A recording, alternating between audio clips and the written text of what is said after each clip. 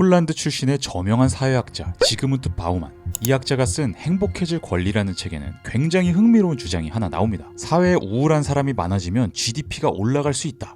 왜 그럴까요? 우울증을 앓는 사람이 많아지면 항우울제를 사는 데 쓰는 돈도 당연히 많아지겠죠. 그럼 그때만큼은 GDP가 늘어납니다. 왜냐하면 GDP는 사람들이 얼마나 많은 가치를 생산했느냐를 기준으로 측정되거든요. 자, 아주 단순한 예를 들어볼게요. 어떤 사회에 A와 B라는 두 사람만 있고 상추와 삼겹살이라는 두 가지 물건만 있다고 가정해봅시다. A가 B에게 10,000원을 주고 상추를 사고 B는 A에게 20,000원을 주고 삼겹살을 삽니다. 그럼 A는 20,000원, B는 10,000원을 벌게 되죠. 그러면 이 사회의 GDP는 총 30,000원이 됩니다. 이 원리에 따라 사람들이 항우울제를 많이 살수록 그 지출이 곧 GDP 상승으로 이어지는 겁니다. 바우만은 여기서 멈추지 않습니다. 자동차 사고가 늘어나고 피해자 수가 증가하면 어떻게 될까요? 차 수리비, 의료비 다 올라가겠죠. 그것도 역시 GDP를 끌어올립니다. 또 수질이 나빠져서 사람들이 생수를 더 많이 사 먹게 된다? 이것도 GDP를 올리는 요소입니다. 정확히 말하자면 바우만은 GNP가 증가한다고 표현했어요. 하지만 오늘 영상의 맥락에서는 요즘 더 많이 쓰는 GDP로 대체해서 이해해도 무방합니다. 결국 바우만의 주장은 이렇습니다. 환경이 안 좋아지고 사람들이 불행해져서 지출이 늘어나는 상황에서도 GDP는 오를 수 있다. 그런데 그런 GDP를 가지고 사회가 얼마나 잘 굴러가고 있는지를 판단하는 기준으로 쓴다고?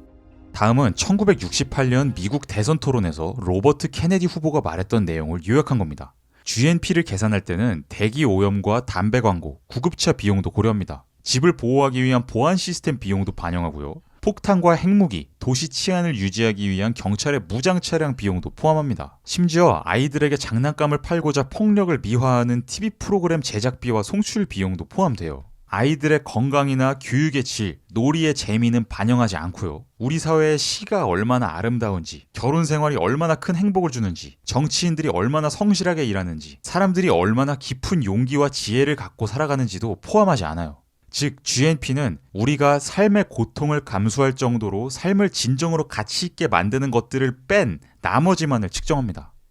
이걸 요즘 한국 상황과 비교해서 예시를 들어보죠. 한국에는 극심한 비교 문화가 있습니다. 비교는 우리의 마음을 힘들게 할 뿐만 아니라 많은 소비를 유발하죠. 대표적으로 한국에서는 결혼을 하는 커플들이 남들에게 기죽지 않기 위해 엄청나게 비싼 예식장을 대여합니다. 이건 GDP 상승에 기여하죠. 그런데 솔직히 이 돈이 부담스럽다고 생각하는 경우도 정말 많아요. 남들과의 비교에서 뒤처지지 않기 위해 어쩔 수 없이 큰 소비를 하는 사람들도 많다는 거죠. 그렇다면 애초에 사람들이 결혼식을 비교의 무대로 여기지 않았다면 훨씬 더 저렴한 예식장 대여가 많이 이루어졌겠죠? 그러면 GDP는 더 적어졌을 겁니다. 하지만 사람들은 오히려 더 행복했을지도 몰라요.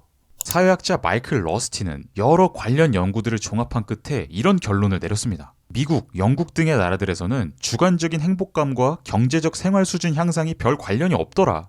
심지어 경제적 생활 수준이 올라가면 오히려 행복감이 줄어드는 경향이 나타날 때도 있었다고 해요. 제2차 세계대전 이후 미국의 국민소득은 폭발적으로 증가했는데요. 같은 시기 미국인들이 느끼는 행복감은 오히려 줄어들었습니다. 경제학자 리처드 레이어드도 여러 나라들의 데이터를 비교 분석하고 이렇게 결론 내렸습니다. 사회가 부유해진다고 해서 삶에 대한 만족감이 꼭 올라가는 건 아니다. 만약 사회가 너무 가난해서 사람들이 내일 당장 먹고 살 걱정을 해야 하는 수준이라면 그때는 돈이 조금만 늘어나도 삶의 만족감이 확 올라갑니다. 그런데 그 수준을 넘어서면 만족감 향상은 더뎌지거나 아예 멈춰버립니다. 예를 들어 1인당 국민소득이 1만 달러 이하인 나라들, 그리고 2만에서 3만 5천 달러인 나라들을 비교해보면 삶의 만족감을 나타내는 지표들이 불과 몇 %밖에 차이가 안 난다고 해요. 그런데 여러분, 국민소득을 이만큼 끌어올리려면 진짜 기적 같은 운과 노력이 필요하거든요. 근데 그 기적을 이뤄낸다고 해도 사람들의 마음이 더 행복해지는 건 또 다른 문제라는 거죠. 한국이 딱 그렇잖아요. 한강의 기적, 말 그대로 놀라운 속도로 경제 성장을 이뤘고 지금은 1인당 GDP가 3만 6천 달러까지 올라왔습니다. 근데 그동안 우리 사회는 과연 얼마나 더 행복해졌을까요? 여기엔 많은 의문이 남습니다. 경제학자 앤드루 오스월드는 아예 말합니다. 이제는 새로운 경제학적 관점으로 나아가야 할 때라고요. 우리는 여전히 경제학을 희소한 자원을 어떻게 분배할 것인가에 대한 학문이라고 인식합니다. 실제로 강원대학교 홈페이지에도 이렇게 적혀 있어요. 경제학은 무한한 인간의 물질적 욕구를 충족시키기 위해 희소한 자원을 어떻게 활용할 것인가를 연구하는 학문이다. 경제학에 대한 이런 정의는 1930년대 라이오넬 로빈스라는 경제학자가 제시한 개념이라고 합니다. 그런데 오스월드는 말합니다. 그때는 지금과 비교하면 물자가 훨씬 적었던 시절이라 부족한 자원을 어떻게 적재적소로 이동시키느냐가 가장 중요했을지 모른다. 하지만 지금은 다르다. 이제 많은 나라에서는 사실은 물자가 아주 풍부해졌기 때문에 경제학은 더 이상 부족한 자원의 분배를 고민하는 학문에 머물러서는 안 된다. 그 이상으로 이미 있는 풍부한 자원을 어떻게 활용할까를 탐구하는 학문으로 새롭게 나아가야 한다.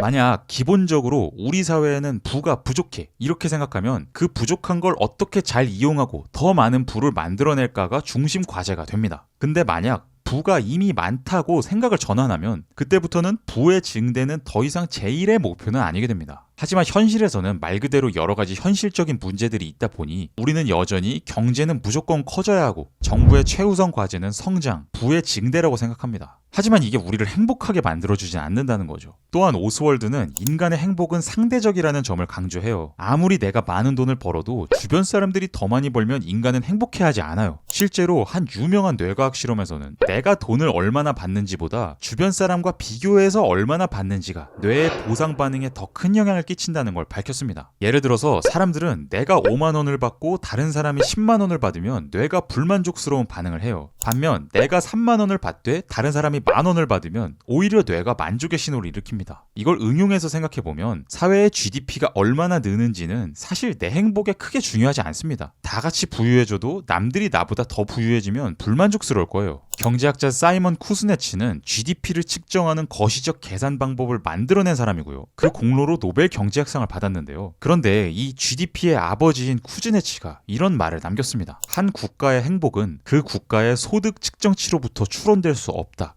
즉 GDP를 재는 방법을 발명한 사람조차도 이 수치로는 행복을 알 수 없다는 걸 이미 너무나도 잘 알고 있었던 겁니다.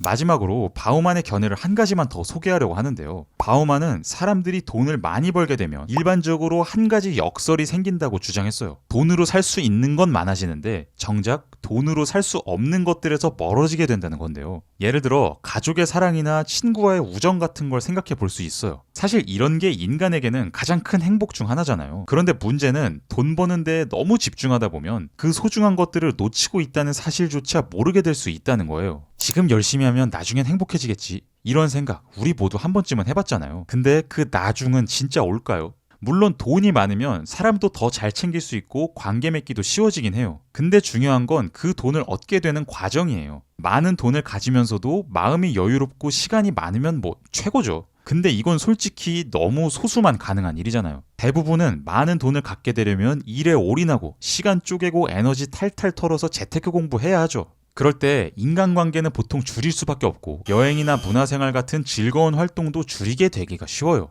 요즘 자기계발 콘텐츠 보면 여행 줄이고 문화생활 줄이고 인간관계 줄이고 열심히 돈 벌고 모으라고 조언하잖아요. 이게 성공의 길인 건 맞는데 이렇게 해서 진짜 행복해질지는 사실 미지수예요. 그 과정에서 우리가 일상에서 어떤 작은 선택들을 하느냐가 행복에는 더 중요한 영향을 끼칠 수 있죠. 게다가 비교를 어쩔 수 없이 하게 되는 인간 생리를 생각해보면 대부분 현실은 힘들 수밖에 없어요. 한 국가가 경제적으로 발전을 할 때 그 혜택은 보통 상류층에게 먼저 전달이 돼요. 주식 가격, 부동산 가격 오르면 누가 가장 많이 혜택을 보죠? 이미 자산을 많이 가진 부유한 사람들이 가장 먼저 많은 이득을 챙겨요. 그래서 설령 나중에 낙수 효과가 일어난다고 해도 이익을 선점하는 사람들을 제외한 나머지는 자기보다 먼저 돈을 많이 번 사람들을 바라보면서 뒤처진다는 느낌을 받고 나도 저렇게 되고 싶다고 선망하면서 열심히 달릴 수밖에 없어요. 그 과정에서 정말 많은 사람들은 돈으로 살 수 없는 것들을 누릴 시간과 에너지를 잃게 되죠. 물론 요즘 한국같이 미래가 불투명한 나라에서는 어떻게든 악착같이 돈 모아서 미래를 대비하는 게 가장 합리적인 선택처럼 보이긴 합니다. 즉 지금 한국 사람들은 행복해지기 위해서 돈을 번다기보다는 불행을 피하기 위해서 돈을 버는 측면이 있습니다. 우리는 자유로운 선택에 의해서 계속 부를 늘리는 방향으로 나아가는 게 아니라 이렇게라도 하지 않으면 삶이 무너질 것 같아서 어쩔 수 없이 자신을 채찍질하며 나아가고 있다는 거죠. 그래서 이런 상황에서 에이 돈 많아진다고 행복해지는 건 아니야 이런 말을 하는 게 큰 의미가 없을 수도 있습니다. 하지만 그래도 열심히 사는 와중에 가끔씩은 돈을 많이 번다고 해서 돈으로 살 수 없는 가치도 함께 따라오는 건 아니라는 걸 상기하면 삶의 방향성을 잡아나가는 데 도움이 될 겁니다.